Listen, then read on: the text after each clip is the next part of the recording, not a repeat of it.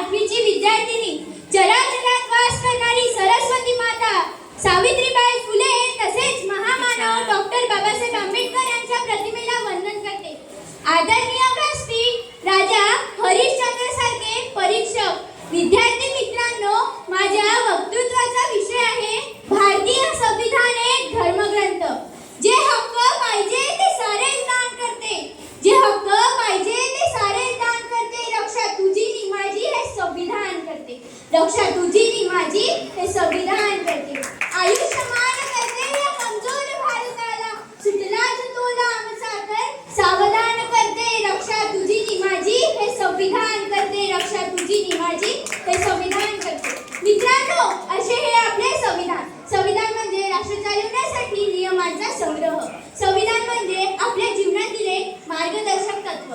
आपण संविधानाची मूळ प्रत बघितली नाही, पण त्याचे बाह्य पुस्तकातील उद्देशिका म्हणजे आम्ही भारताचे लोक, भारताचे एक सार्वभौम, समाजवादी, धर्मनिरपेक्ष, लोकशाही, गणराज्य घडविण्याचे आणि त्या सर्व नागरिकास सामाजिक, आर्थिक व राजनैतिक न्याय, विचार, अभिव्यक्ती, विश्वास, श्रद्धा व उपासना यांचे स्वातंत्र्य दर्जाची व संधीची समानता निश्चितपणे प्राप्त करून देण्याचा व त्या सर्व नागरिकास, त्या सर्व व्यक्तींची प्रतिष्ठा, राष्ट्राची एकता आणि एकात्मता यासाठी देण्याचे व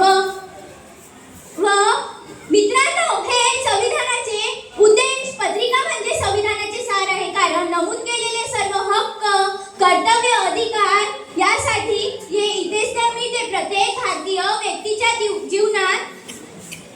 जीवनात सभोवताली हे राज्यघटनेनेच बनलेले आहे आणि प्रत्येक भारतीय व्यक्तीच्या जीवनात सर्व अंगाने स्पर्श करणे हे संविधान आहे.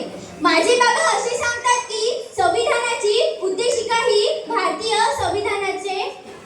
संविधानाचा पाया आहे, अधिकार आहे. लोकशाही जे घडत आहे, लोकशाही जे संविधानासाठी जे घडत आहे,